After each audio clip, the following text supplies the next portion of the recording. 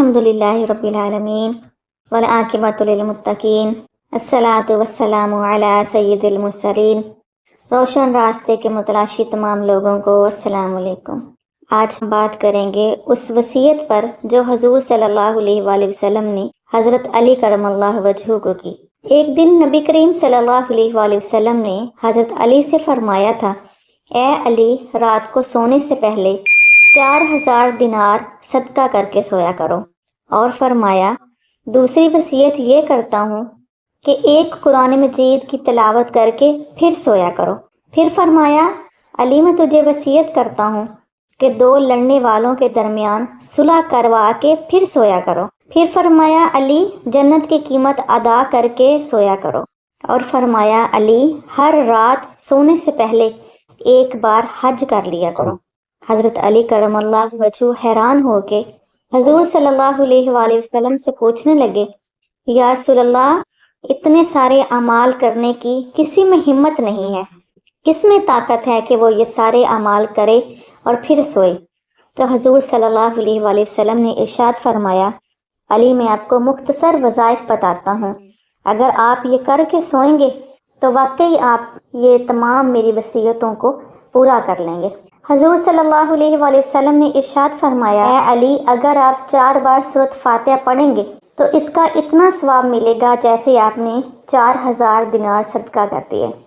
پھر فرمانے لگے، اگر آپ سونے سے پہلے 3 بار سورۃ الاخلاص پڑھتے ہیں تو آپ کو ایک قرآن مجید پڑھنے کا ثواب ملے گا۔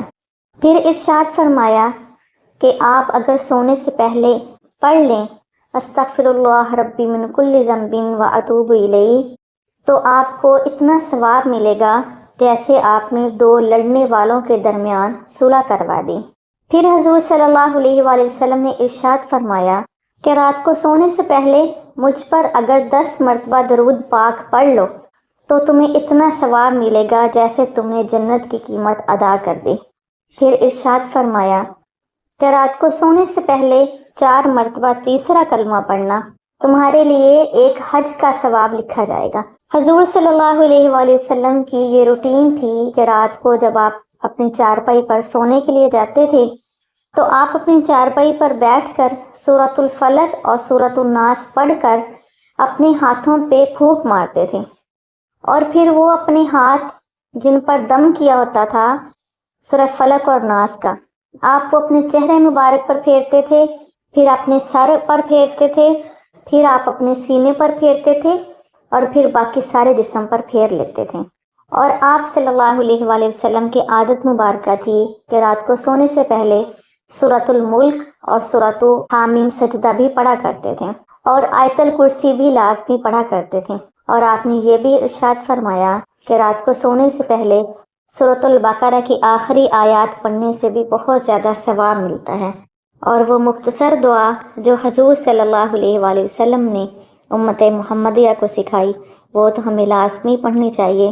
حضور صلی اللہ علیہ وآلہ وسلم کی احادیث سے پتہ چلتا ہے کہ سونے سے پہلے کی دعا، اللہم بسمک اموت و احیا، اے اللہ، تیرے ہی نام سے میں سویا اور تیرے ہی نام سے میں مروں گا اور تیرے ہی نام سے میں نے جینا ہے، کیونکہ نیند موت کی قریبی حالت ہے، اس وجہ سے اس کی دعا بھی اسی ٹائپ ہے۔